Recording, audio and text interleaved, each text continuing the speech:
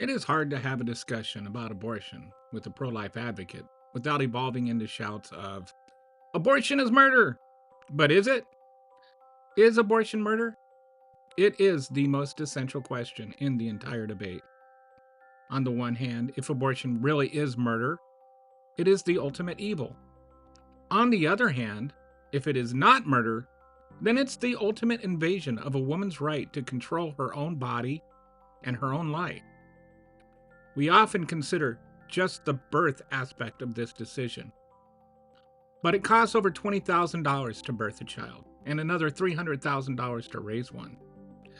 Then there are the time, social, and career costs to a woman who is compelled by law to give birth to a baby. There is no middle ground. Either one is true or the other is. So to have any honest opinion, we must first consider this question.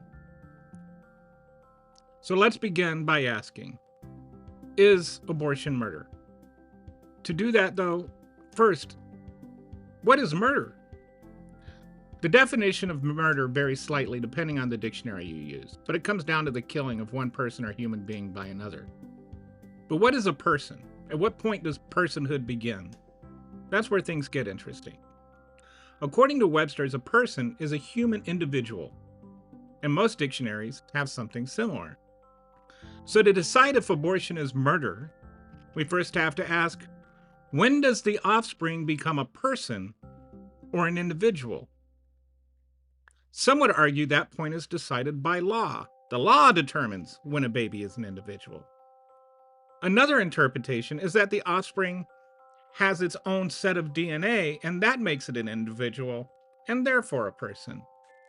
A third interpretation is it is the point where the baby is capable of surviving on its own outside of the mother's womb. Its individuality is the capability to be independent. Let's consider each of these scenarios in more detail. First, let's consider the argument that law establishes when personhood begins. There are some obstacles to that understanding that are not often considered thoroughly.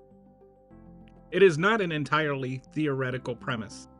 There are 17 states which currently recognize fetal personhood, and 38 states which allow that state to bring feticide charges against people where incidents of violence ending pregnancy can be tried as homicides. Missouri, for example, is one state which recognizes fetal personhood in both legal and civil cases. Let's say, for the sake of discussion, that a pregnant woman lives in Illinois and works in Missouri, as many do. Illinois does not recognize fetal personhood. So when the mother wakes up, the baby is not a person. But when she crosses the border to go to work, it magically becomes a person. And then when she comes home, it's not a person again. If she grabs lunch on the Illinois side of the border, the baby will not be a person, then a person again after lunch, then not a person after work. The ambiguity of personhood depending on where the mother is makes this position untenable. Furthermore, if you have different laws in different states, it is impossible for all laws to be morally correct. So who is to say which laws are correct? Is it Missouri? Is it Illinois? By logical extension, only one state can be right, and possibly none are.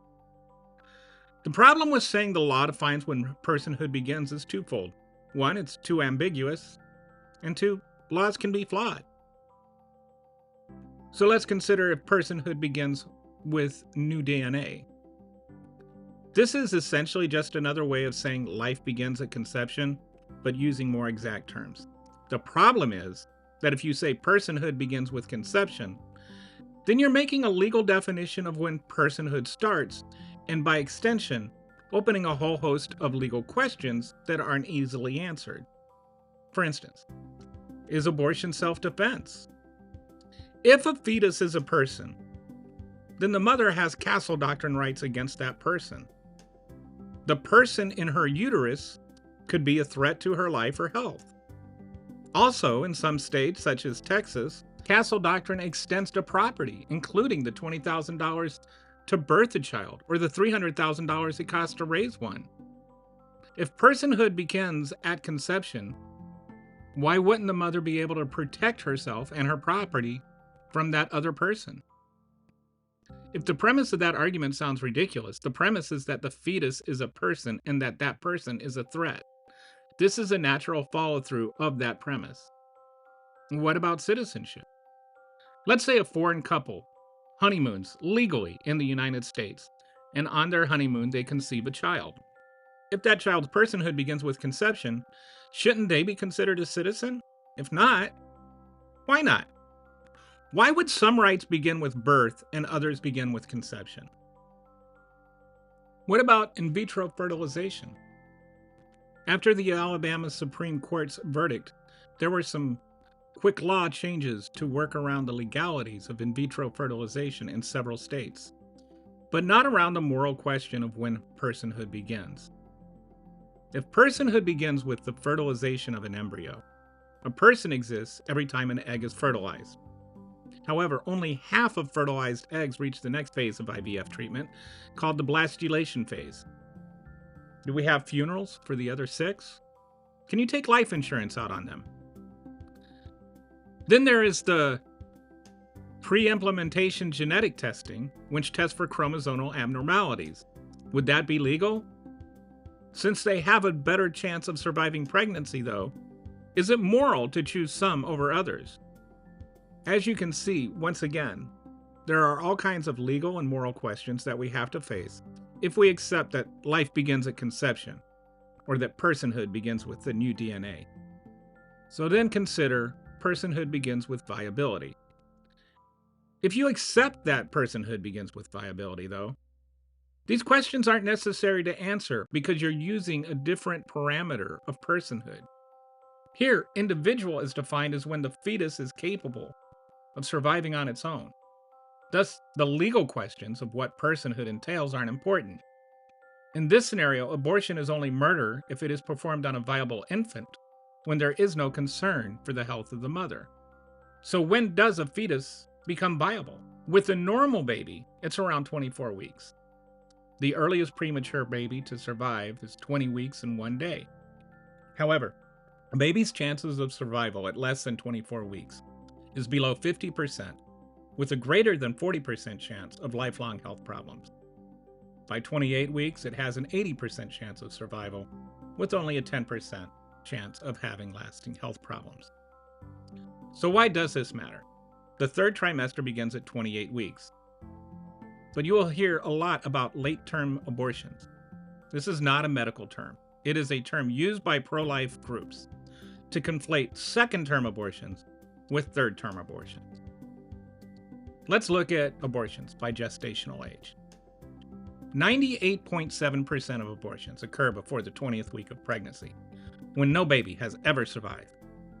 Just 1.2% of abortions occur between 20 and 23 weeks.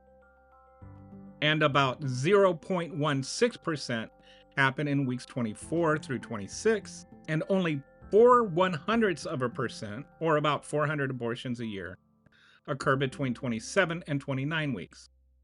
After 30 weeks, there aren't enough to statistically measure. In short, abortions after 30 weeks gestation just don't happen. So why would women wait until after 20 weeks to get an abortion?